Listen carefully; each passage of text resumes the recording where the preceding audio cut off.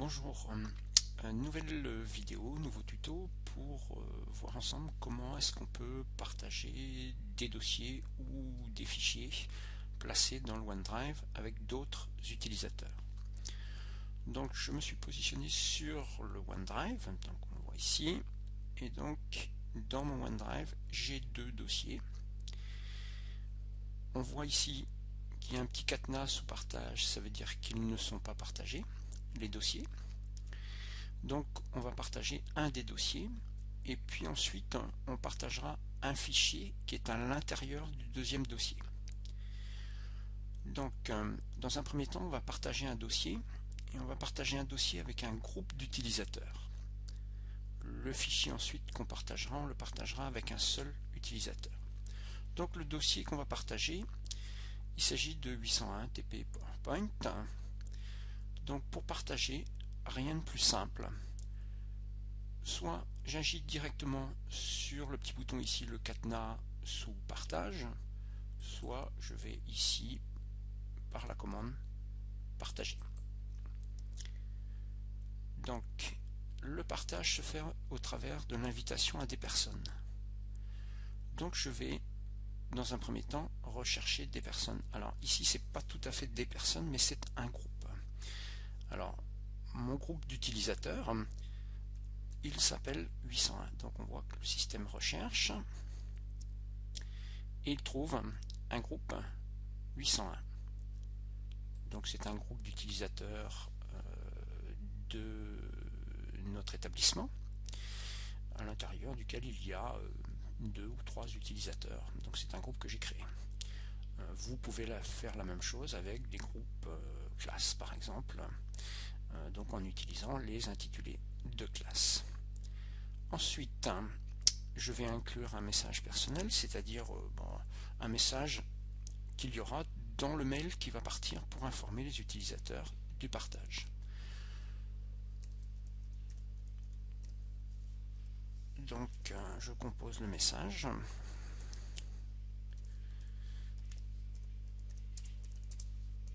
Dossier de TP partagé.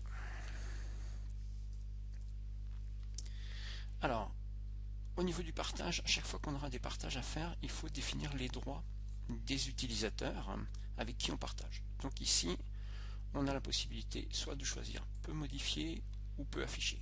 Donc ils pourront modifier ou simplement lire. Donc nous on va laisser peut modifier.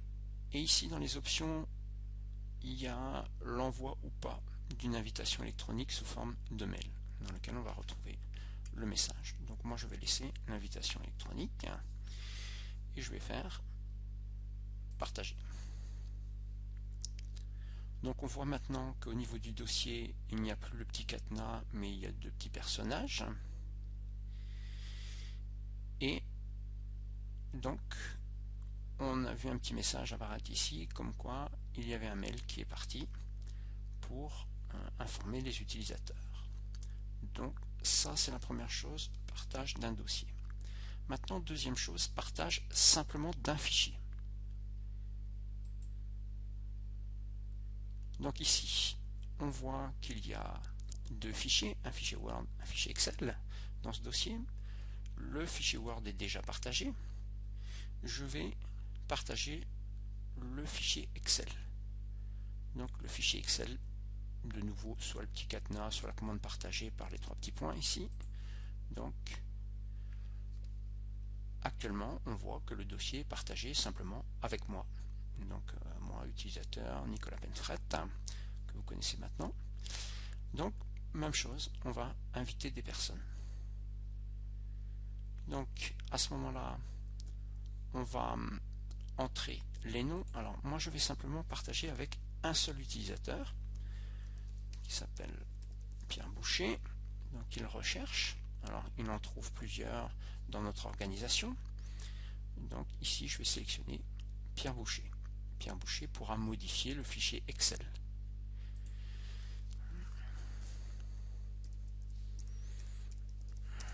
Donc un petit message.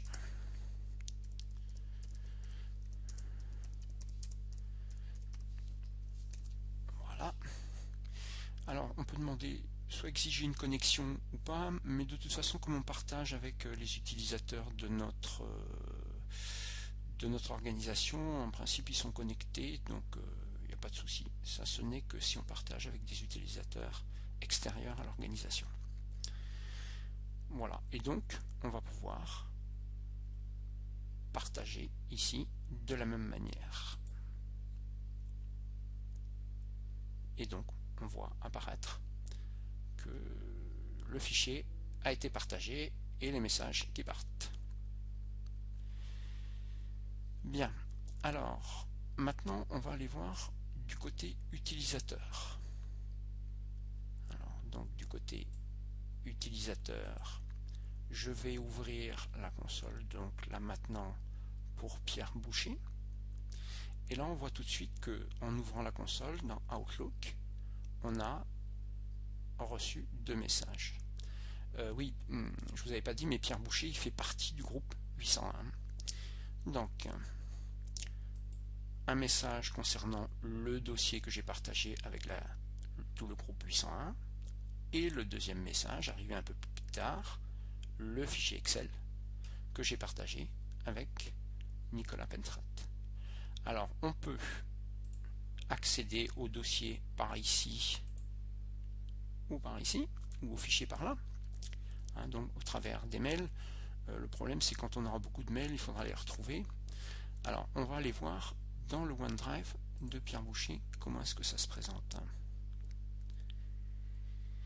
En fin de compte, lorsqu'il ouvre son OneDrive, il ne voit rien. Par contre, s'il vient cliquer ici sur partager avec moi, on va retrouver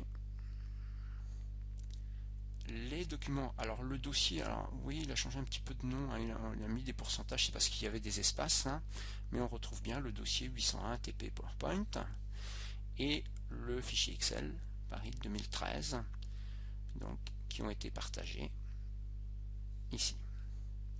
Donc le dossier, je peux l'ouvrir,